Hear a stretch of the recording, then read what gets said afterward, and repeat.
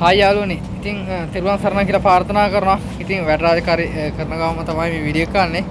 මොකද ඔයාලා දකින්න ඇති TikTok හරහා අන්තර්ජාලයේ ෂෙයා වෙනවා. අදාන් හොස්පිටල් එකේ ඉන්නවා අම්මා කෙනෙක්. ඉතින් ජාතිතුමාට වීඩියෝ එකකින් ඉල්ලීමක් කරනවා. යාට සහයෝගයක් දෙන්නලු. යාට වීල්චෙයාර් එකක් ඕනලු. ඉතින් යාට ටිකට් එක දාන්න ඕනලු. තව යාට යන්න සහායට එක්කෙනෙක් ඕනි කියලා. ඉතින් මටත් වීඩියෝ එක කීප දෙනෙක් ඉන්බොක්ස් එකේ වල තිබුණා කතා කරා. අනපට වෙලුම් ගොඩක් අය මේ ගැන බලන්න කියලා ඉල්ලීමක් කරා. නමුත් මේ සහෝදරිය එකපාරම හොස්පිටල් එකට ඇඩ්මිට් වුණා නෙවෙයි මීට කලින් තාන්ති කාලේ සම්බන්ධ වෙලා තිනවා. මොකද අපි තොරතුරු බලනකොට එයා ඊට කලින් සම්බන්ධ වෙලා. ඒත් ඒ අකාමිස නැතුව මේ රටක හිටපු කෙනෙක්. කවුරුද ගානම් මේ රටක වැඩ කරපු අය. එයාලා දන්නවා මේ රටේ නීතිය. නීතිය දැනගෙන ක්‍රමවේද මොනවද දැනගෙන හැමදේම අවබෝධයක් තියාගෙන මේ එකපාරම අහසින් වටනවා වගේ දැන් වීඩියෝ සමාජගත කරාට එහෙම නීති ක්‍රමවේද හදන්න බෑ මේ රටවල. අපි නිරන්තරයෙන් කියනවානේ. අපි නිරන්තරයෙන් කියනවා අපිට උනත් මට වුණත් නීති විරෝධීව මේ රටක හිටියා නම් ඒ නීති විරෝධී නිසා ඒ හිතන විදිහට හැමදේම කරගන්න බෑ. මේ රටක තියෙන නීතිය අනුව තමයි වැඩ කරගන්න සිද්ධ වෙන්නේ. ඒක තමයි කියන්නේ එළියට එන්න එපා කියලා. එළියට ආවත් තමන් අවදානම දැනගන්න ඕන. වැඩ වැරදුනාට පස්සේ ආසනීප වුණාට පස්සේ තමන් අතරමං වුණාට පස්සේ කර කියා ගන්න නැති වුණාට පස්සේ රටේ ලෝකෙ මිනිස්සුන්ට දොස් කියලා දන්නේ නැහැ. ආයතන වලටවත් රටේ ජනාධිපතිටවත් එහෙම නැත්නම් මේ සංවිධාන වලටවත් කාටවත් දොස් කිව්වට ඒක සාධාරණයක් නෑ. තමන්නේ වරද්ද කරන් තියෙන්නේ. එක්ක තමන් කීයක් හරි ඉතිරි කරනවා. තමන් දැනගන්න මේ රටක අනුන්ගේ තැන්වල ඉන්නේ. තමන්ට මොන හරි දෙයක් වුණාම කාත් කවුරුත් නැහැ කියලා හොඳ ආකාරව දන්නවනම් කීයක් හරි වෙනම ඉතිරි කරගෙන හරි ඒ වෙලින් විසුම කරනවා. අනිත් එක එහෙම මොනවා හරි කරදරයක් තියෙනවා ලංකාවේ ඉන්න බාරකරු හරහා නීතිය පැත්තෙන් විදේශයක පැමිණිලා දාලා ඒ ක්‍රමවේද අනුව මොනවා හරි සහායක් ගන්න බලනවා. එහෙම නැත්නම් මේ එළියට වීඩියෝ එකක් සමාජගත කරා කියලා එහෙම එකපාරම නිදාසක් නැහැ නිවඩුවක් කියන්නේ එහෙම කරන්න බෑ කාටවත්. එහෙම මැදිහත් වෙන්නේ නැහනේ. අපිටුනත් එහෙම මේ කතා කරාක පළියට දුවලා බලලා ඒව කරගන්න බෑ. මොකද රටේ නීතියට අනුව තමයි හැමෝම හැමදේම කරන්නේ. ඒක නිසා තේරුම් ගන්න.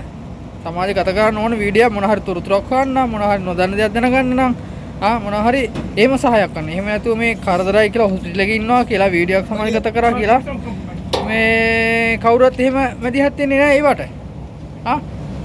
අවුරුදු ගණන් මේ රටවල වැඩ කරනකොට ඒව අවබෝධ තමන් එන්නේ මොන හරි අරමුණක් ඇතුව නම් ඒ අරමුණත් එක්ක තමන්ගේ ගැන ඉස්සලා ආවම කියලා හිතන්න. තමන්ට මොන හරි දෙයක් වුණොත් තමන්ට තමන් විතරයි. මේ රටක ආයතන තියෙනවා, නීති ක්‍රමවේද තියෙනවා, මැදිහත් වෙන විදිහක් තියෙනවා. ඒ මැදිහත් වෙන විදිහට අනුව මිසක් ඊට එහා කරන්න බෑ කාටවත්. ඔය ඉන්න අයටත් අනිත් ඔය එලි පැනලා ඉන්න අයට කියන්නේ ඔයාලත් මේව අවබෝධ ගන්න මේ දේවල් වලින්වත් අත්දැකීමක් ගන්න.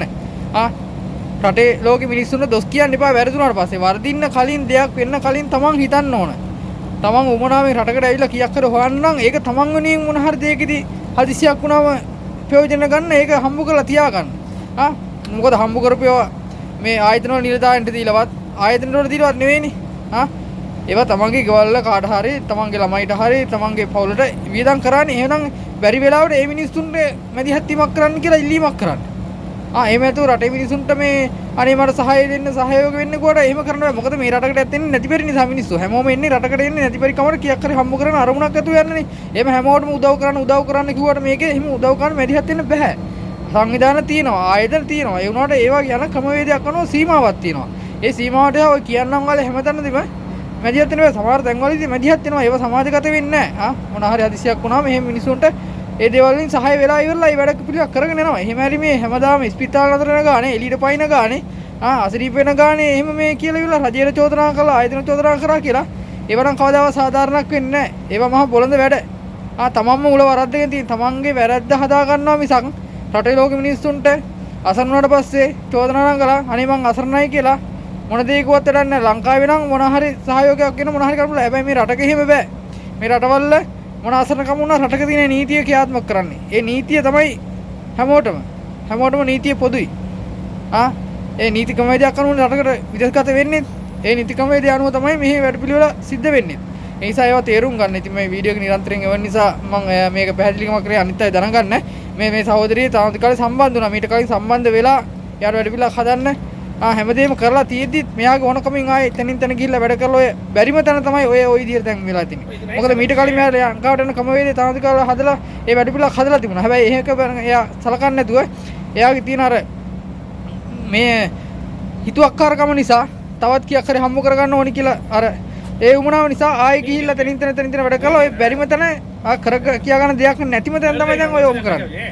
ඔය ටික කලින් එයාට නැත්තම් ලංකාවට යන්න තිබුණා. විසඳුම් ගන්න තිබුණා. හැබැයි විසඳුම් ගන්න ආයතන මැදිහත් වෙන ක්‍රමවේද හදලා තියෙද්දි තමයි ওই තත්ත්වය උදා වුනේ.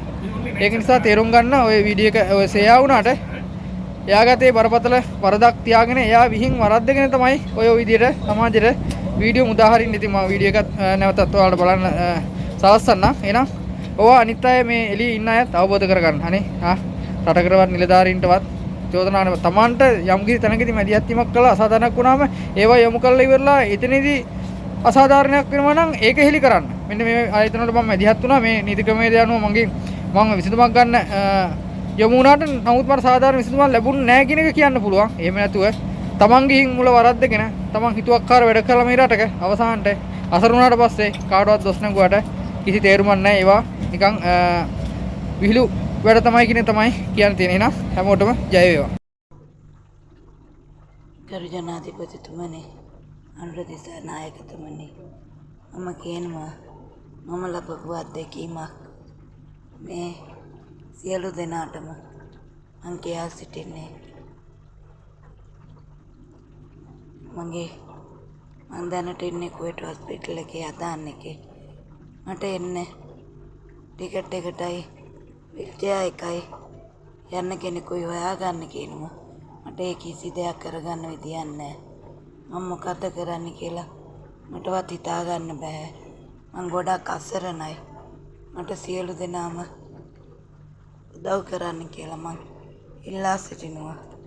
මට විල්චෙයා තියා අඩුම තරමේ සෙරෙප්පු දෙකක්වත් මගේ අතේ මේ වෙලාවේ නැහැ. ඉතින් කුවේට් සිටින ජනතාවගෙන මං එසේම ඉල්ලා සිටිනවා.